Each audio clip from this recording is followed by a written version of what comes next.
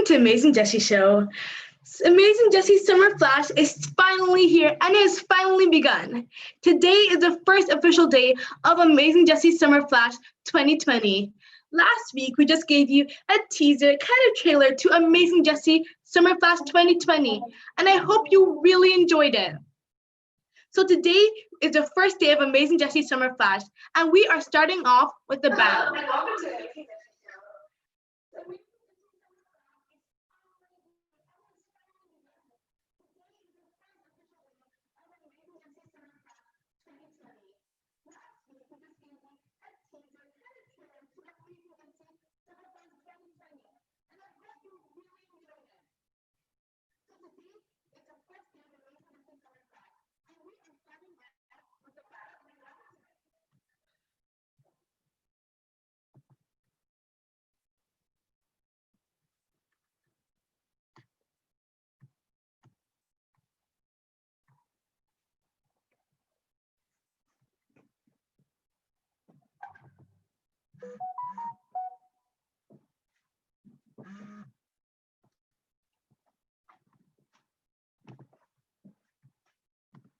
So today, we're starting off with a bang. Today, my topic is how who you are affects what you do. You know, in life, sometimes who you are can affect the way you live, where you go, who you hang out with, you know, in fact, your whole life. For example, royalty. When you see royal people, you don't just see them doing whatever they want, eating wherever they want, hanging out wherever they want, because who they are has affected what they do and how they live in general. 1 Peter 2:9 says, "But ye are a chosen generation, a royal priesthood, a holy nation, a peculiar people, that ye should show forth the praises of him who hath called you out of darkness into his marvelous light." So you are chosen. You are special. We are the royalty in Christ. So who we are in Christ has affected what we do and our purpose on earth. That's why my topic today is how who you are affects what you do. And today I have a very special guest to whom this very much applies to. And before I start the interview, remember to comment any questions you have for my very special guest down below, because trust me, this is a very interesting person. But before we go into all of that, I just want to remind you to subscribe to my channel, The Amazing Jessy, Jessy Show, so The Amazing Jessy Show, for more content like this, because for this whole summer, we're going to be doing amazing content like this. So remember to subscribe and hit the notification bell so you won't miss out on any content I have to give to you.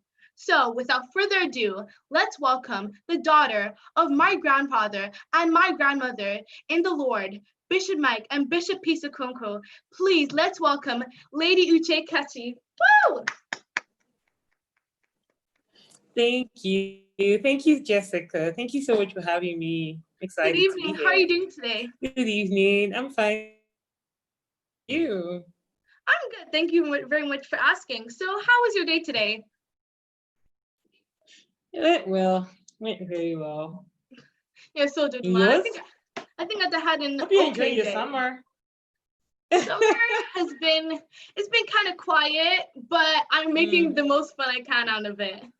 So thank you very much for coming on one of my specials. I'm just so honored. I'm so ecstatic. I'm so excited to have you here today.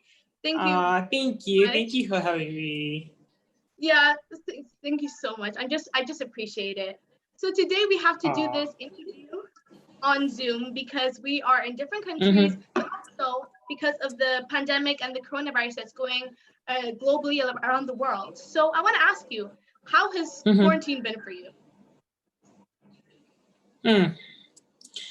It's been a lot. So I've gone through different, maybe highs and lows. I've gone through times where I'm like, oh, like this is gonna be like, you know, making sure I maximize this period, because I mean, no one really understands what's going on. So making sure that I'm focused and doing the things that I need to do. And then sometimes I'm just like, oh my God, I'm over it. So it's like, you know, but yeah, for me it's been good so far. It's not been too bad, you know. Obviously sad for the things that's happened, really, really painful for the sort of loss people have experienced at this time. It's been quite painful as well, but we give God praise. Yes, we do. I can see the same for me too. I mean, at the start of this whole thing, I like as a young person, I would think, "Yay, no more school." But then I went into like the second month, and I could not take it anymore. It was just way too much for me.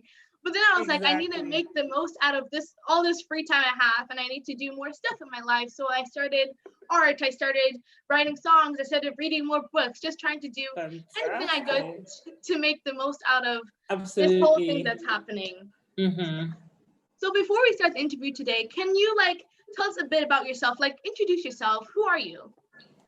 Okay, so Uche KACHI. Well, she already you said Bishop's daughter. So yes, I'm Bishop's daughter. I currently work in the ministry, directly with the bishop actually, and then I work with the youth, teenagers specifically, and obviously the youth at large in church. So I do all of these things. That's who Uche is, and I'm married. Yeah, I remember seeing your wedding. It was amazing. Like I almost like, when am I gonna get married? I just can't wait for that. I didn't wait for now because I'm like only 13, but I'll get there. Exactly. So as you said, you're Bishop's daughter, which I know can like change a lot of things for a person. So how would you say that being Bishop's daughter has changed your daily life? Maybe as a kid or as an adult, how would you say has changed it? Okay. So I was actually thinking about it early today. I was like, Bishop's daughter. Because now I'm older, so it's not so much in your face as it was when I was younger, way younger. And I was thinking about it, going back down memory lane. And I realized that when I was younger, much younger, it was a lot of pressure. It was a lot of pressure. So I was thinking back to the fact that you're Bishop's daughter, but at the same time, you're 9, 10, 11, 12. You're still a child. But everyone forgets the fact that you're probably 9 or you're 10 or 11, you're still a child, and just, see you as Bishop's daughter, and it's a lot of pressure, a lot of expectations.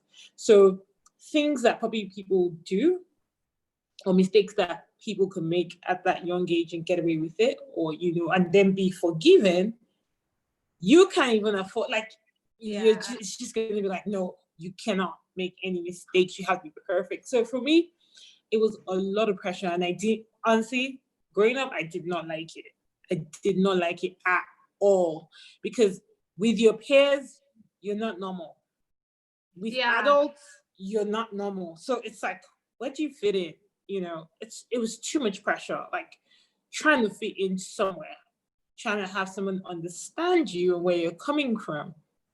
But I would say as I got older, I think going away to university really helped a lot. I wasn't at home for university. I didn't school in Lagos or anything like that. So I literally went away.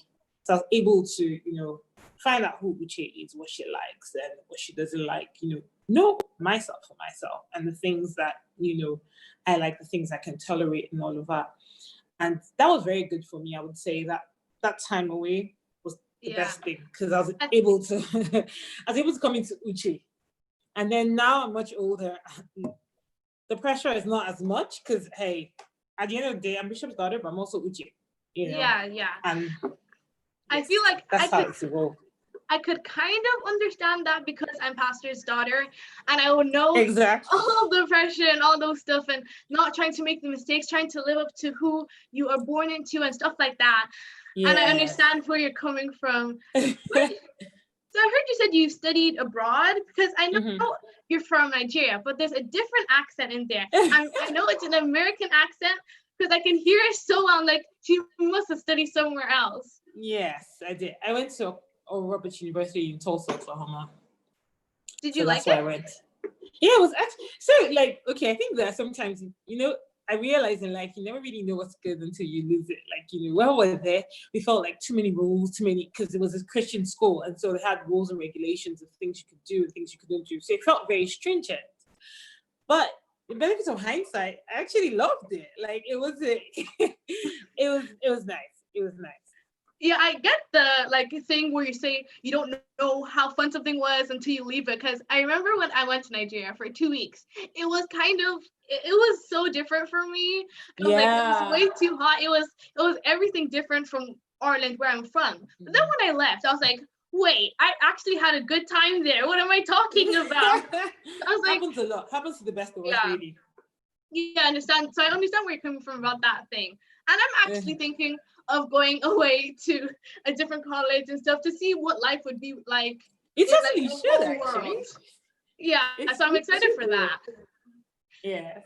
So you know how you said when you were a child and the pressure and all those things, and you would have to like not try and make other people who would make the mistakes and get away with it, but Mm-hmm. you would have to like try to not make those same mistakes and all those things. How would you say you would differ from like what other things would you say make you different from a person who is not a bishop or pastor or reverend's daughter or child? Hmm. Okay, maybe what would I say makes me, like I said, like he couldn't make any mistakes. Yeah. Had to be perfect. I was involved in church as well growing up. I did things in children's church up until I was older. So, having to do all that. I don't really know like if there's anything particularly different because my parents actually, um, yes, they felt, you had to live up to you have to live up to the name and who you are. But at the same time, they actually, were able to relax at some point and say, okay, be yourself, who you are. And, I'm sort of assertive as well. I'm sort of very strong-willed. So they started to understand the person, their daughter, and then, you know, I was allowed to like function, basically Yeah. try at least. Yeah. But like even though like would you say even though there was stuff that you would have to try and do perfectly, would you say that there was even like privileges you would have as pastor's daughter or something that you would maybe know first or get first or something like that? Privileges. No, I think okay. Growing up, I think it's now that I'm older that I'm like, oh, okay. There are actually probably privileges that come with this. At that point, you were not allowed. So if everybody was hanging out or something like that, you probably were. I probably wasn't going to go hang out because who's going to be there? Is there going to be supervision? What are they going to be doing there? My dad wanted to know details. So things that everyone would do in that regard, like or somebody's party. I remember vividly actually one of my friends. She was having a birthday party, and then I wanted to go. My dad was just like, no. And I tried everything. And she even came to my house earlier on to sort of see them. They said, absolutely not. So in that regard, I was like, my dad wanted to know exactly what was going to happen.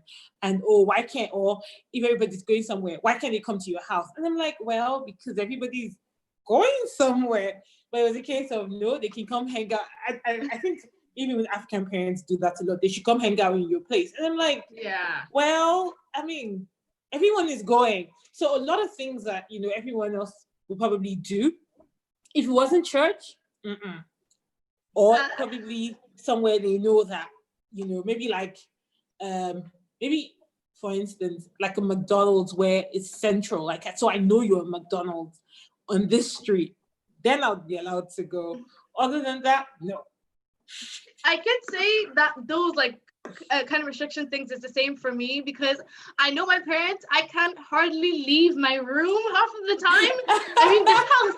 Like, I don't know what it's like to go to your friends, go to like schools, friends' houses, and all those. I don't know those stuff. I don't even know if I like those stuff because well, I'm only 13. But all those, Oh, yeah. yeah. So like all those like I remember they were in school, they would say, oh, we're all going to town or something. Jessica, do you want to come? I'm like, I'm not even going to ask my parents because I know it's a certain no. So that's the same thing I for can me. totally relate to that.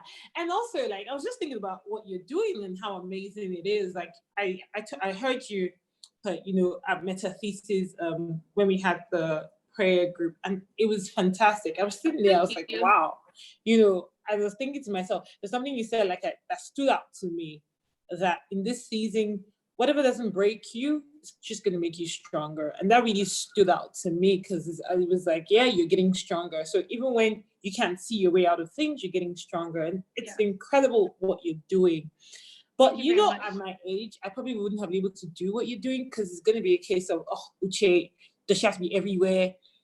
Bishop's daughter is everywhere, like all of that, you know? And then like, you know, so it almost stifles you in a way as well because you don't want to come across as too much or doing too much, or you have to be everywhere because you're Bishop's daughter. So you almost dim your light. I was saying to myself recently that I'm not going to dim my light anymore. I'm going to shine because I did that for a long time just to appear that, you know, I don't know, so that so people are not calling my name or people are not saying, oh, must it be only you or, you know, must you always take the center stage? So to see even what you're doing it's truly incredible, I'm telling you. Thank you very much. But I like a lot of people would kind of misunderstand because they would say that, oh, Amazing Jessy, she does all this stuff, she sings, she does all this stuff. But honestly, there's times where they would say that, oh, you're pastor's daughter, so you need to, and you're Amazing Jessy, you also sing, you also do everything and stuff like that. And they would say like, oh, you think you're so perfect because all those stuff. But truly, it's actually hard work to do all of those stuff. So absolutely, sometimes you get sleepless nights. So like I feel like anybody is. I don't think as pastor's daughter that's what got me Amazing Jessy or got me to what I do. So I think exactly so because you put in the work, you work hard, you're focused, you're committed to it. But sometimes people don't see that, and so for me, growing up at that time, like right now, I'm always discussing with my husband how things have changed and how the younger people coming after us are very assertive and, you know, running with their ideas. They're not waiting for anybody to give them permission. But at that time, I feel like we were waiting for permission. We're waiting to say, okay, you can do it. You can go ahead, you know, or you're shining too much, so hey, really in. But you guys are not waiting for that. And absolutely, I love it so much.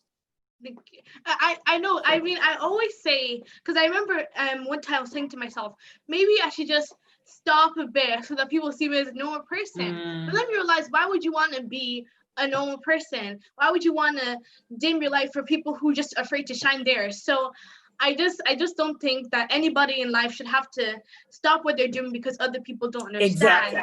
So yeah, I think that I relate with you on that note. So you've kind of already said it, because one of my questions was if there's anything you do not like about being a bishop's daughter, or like anything you would say, I wish, because this maybe this happened because I'm bishop's daughter and I didn't like it like that, anything like that. Well, I think that's maybe, for me, I think that's the major thing. I felt like I had to not be who I was or something. I felt maybe I'll just put it under this term. I felt like I had to dim my light for a long time. You know, I had to really in a whole lot. Even if you feel like you can do something or you want to do something, or people like are asking you to do something, you just don't want to, oh, I don't want them to keep saying, oh, does she have to be everywhere? Does she have to do everything? And so it was almost like I had to dim my light, unfortunately. You know, I was thinking about the fact that maybe, and then obviously with that came a lot of shyness as well, not being so confident, you know, and wanting approval, seeking approval from people, or wanting that nod of, okay, oh, you're doing great and things like that, as opposed to you know, being confident in yourself and having that confidence and telling yourself that, oh, this is good, this is what I need to do. Unfortunately, it came with that a lot. It came with that. So it's something I'm even still, like I literally had to tell myself, no, you're not going to dim your light. You're not going to dim your light. You're going to shine no matter what, you know.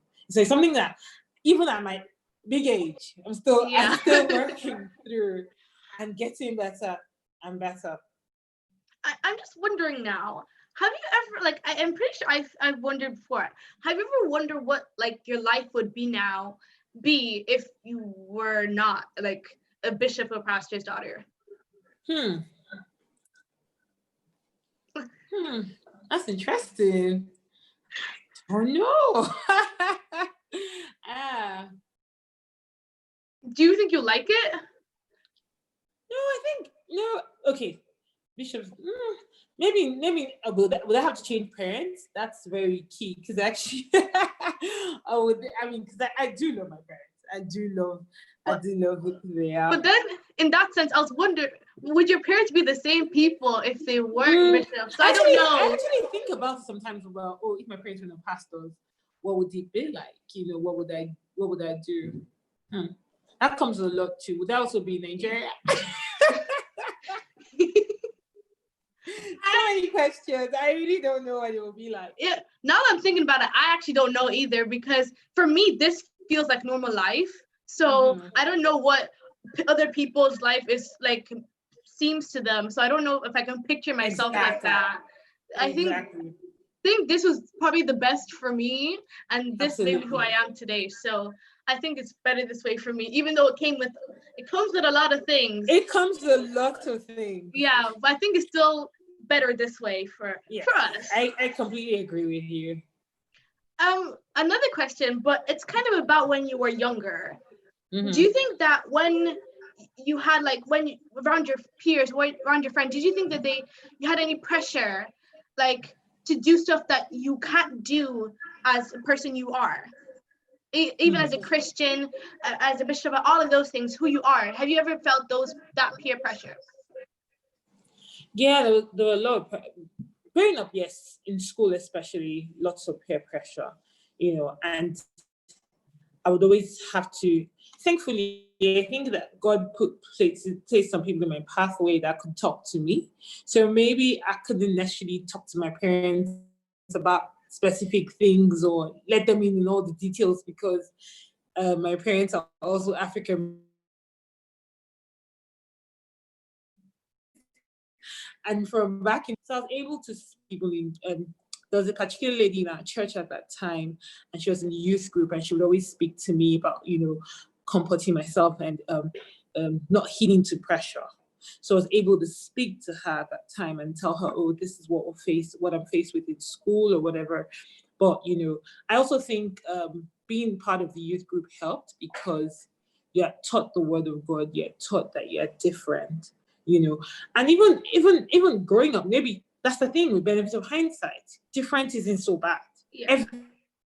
You shouldn't even want to be, like everybody else. Your name is not everybody, different is actually good, and to do things differently, to live your life for God. But obviously at that time, everybody's doing something. Yeah. So you just want to make sure that you're not so different. But at the same time, I had clear boundaries that, I'm not going to do this. I'm not going to just completely heed into pressure and, still be the Christian that I am. Having that guy also very important. Having that person that you can actually speak to, because these things are real. These pressures are real. Having persons or in your life, if your parents, whoever it is, that's godly as well. So to ensure they don't derail you is helped a lot, I would say. I would say I don't think I'm old enough to know what that kind of the peer pressure feels like. For me, the only peer pressure I would say is probably nail polish and makeup, because so that's all I would know as peer pressure. But I know a lot of people as Christians, they face the peer pressure. And like a thing that a lot of people might say about me is that maybe I'm too Christian or I'm too religious and all of those stuff. Have you ever felt that? Yeah, you feel like it's true. Even till the thing about peer pressure or even pressure of any kind, it never really goes away completely. So even as you get older, you have pressure in other areas. The older I get, the more I see that you have pressure for groupthink. So if everyone is thinking a certain way, we still see it now. Everybody's thinking in a certain direction, and you say, no, I think this is the way. People feel like, oh, you're good, you're wrong. So groupthink, to think like everybody else. So there's always going to be that pressure, at different levels. But you just have to choose, like, to take. Now, I mean, I'm able to say, no, I'm going to think I'm going to have my own mind. I'm able to think for myself. Maybe at that time, you felt like I don't want to be the oddball out of everything. Like, everyone is like, okay, here she comes, oddball, you don't want to stand out in that way completely. So you try to fit in as much as you can. But then, like I said, like I thinking about it again, I always felt like I didn't really fit. Like in school, there are things everybody's doing you can't do. In church, so when fitting in was quite difficult actually. Yeah, I could say that too, like in school now. But one thing I always liked about it, like in school, we would do religion or something like that, but they wouldn't do the same thing we did in school. So I'd be like, they'd ask the class, does anybody know the first book of the Bible? And there I go, I would say the whole book of the Bible. They're just like, what brain do you have? I'm like, oh, it's just I've learned. So that's the kind of thing. Yeah. And then that's when people would name me as the holy person or the religious person. You can't do this around her. And for me, I didn't always see that as a bad thing, because I feel like I finally made them know who I am and what an impact, and say that even if you do stuff, this is what I do, and I don't do those kind of things. So I feel like even if it was hard to fit in, at least they know who I am. That always had a positive. Absolutely. Yeah. I think that on that front, like I can literally say thumbs up. I wasn't always that confident, like to see that in you, and that's what I'm saying. Like the younger people, just like, this is who I am. You know, I'm not gonna shift. I'm not gonna, you know, for some people that like are like you as well, they're just like, this is who I am, and it's so incredible to see, you know, that you can actually say, well, this is who I am. I'm not going to change to fit your mold. And I love it so much, honestly. Thank you so much. Another thing, when did you finally, like, what age would you say you finally realized, oh, I'm a bishop's daughter? That is like something. What age would you say you finally came to the realization and the understanding of who you are and what you were born into? I literally would say, like, I literally had to go into university first, and then probably maybe 19. 19, 20, I finally had an understanding of what it entailed and all of that. And, you know, I think at that age, literally, it took me that long to fully getting away from it and then coming back. So I would come back for holiday. And I think when I would come back for holiday and all of that, I didn't on me what it was, and even in uni as well, because my school was a Christian school, so a lot of pastors' kids as well were in my school while I was there. So I think in university, so 18, 19, that was when I came to the realization of, oh, bishop's daughter, oh, okay. Well, I honestly think, I'm not gonna even lie, I was very, very excited to meet you, and I was so scared because I haven't really done any of this interview really?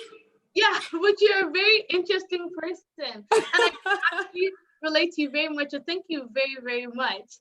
I also want to know: is there anything you would say that your parents put into you, like they taught you, like maybe there's one thing that they said and that really stuck with you for a lot of your life? Well, I would say the word. I'm a sucker for them. I love reading the Bible. So I think that is number one. My dad would always say that whatever the word cannot give you does not exist.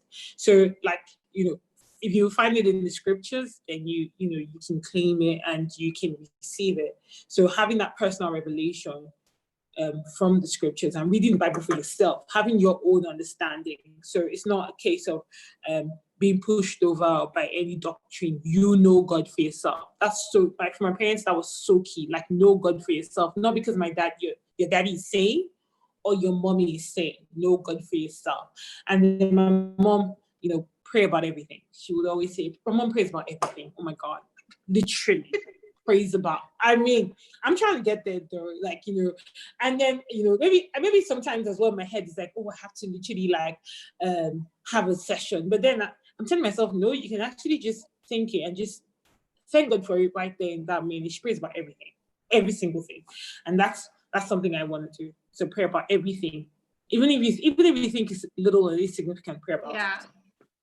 That's I remember my dad and my mom, they're always like sometimes they would say something from the Bible, and I always wondered, it came in every aspect of life. So I was like, does the Bible have everything? And then my parents they always think that if there's anything in life, you can go to the Bible and it'll be there. And that's something I Absolutely. just always found so amazing and so I don't know if I would call it weird, but it's just so amazing. And it's the Bible is very holistic. It literally has every single thing. Like it blows my mind each time. Like you might be having a random conversation, and then there's a scriptural reference to that conversation, no matter what it is.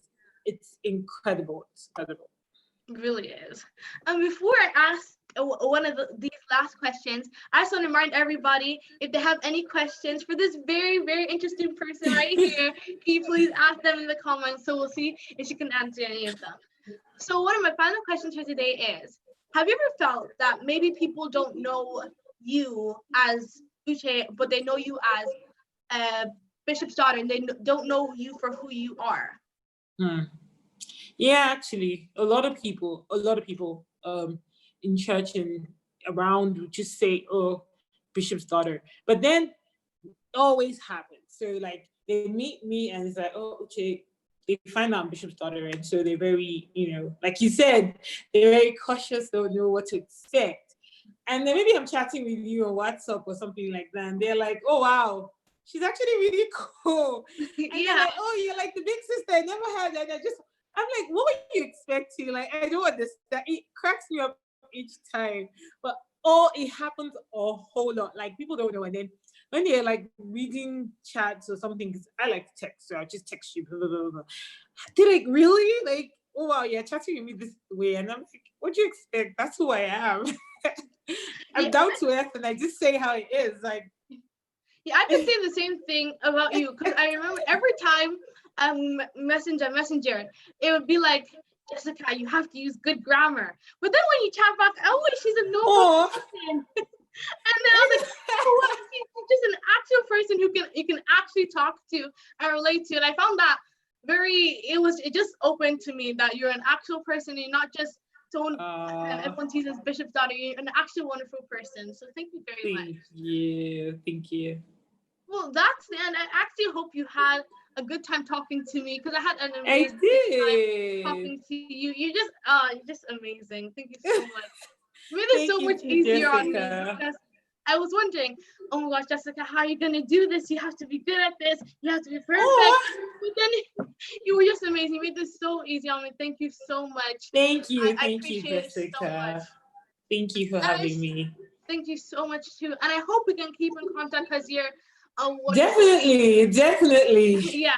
And next time I come to Nigeria, I'll ask my parents if I can finally come to headquarters, because please. I'm gonna try, because I don't understand how I went to Nigeria for 2 weeks and I never met you guys. So next time, I promise I'll definitely see you guys in headquarters. Please do. Thank you. So thank you again very much for joining me in this amazing Jessy Summer Flash special. And I hope one day we can meet again. Thank you very much. Yes, thank you too. Love to see you again soon. Love you too. I remember, everybody, who you are always affects what you do. So remember to know who you are first. And then you can know, how am I supposed to live? How is who I am going to affect who I have to be? And then you learn your destiny, who you're meant to be. And just know from this wonderful person that even though you have been pinned at this person, doesn't mean that you have to be seen some way, or you're inhuman. You know that it just opened my. Honestly, I can't actually explain how I didn't see you as this person. I just saw you as some like a bishop's daughter. She's gonna be some person I can't talk to or something like that. But honestly, you blew my mind. Thank you so much. I don't know how to appreciate you. Thank you, Jessica. Thank you. Well, that's the end of this interview, everybody. I hope you really enjoyed it. And don't forget to join me on Wednesday for another amazing interview. And if you love this one, trust me, you're going to love the next one. Bye, everybody. See you next time. Bye.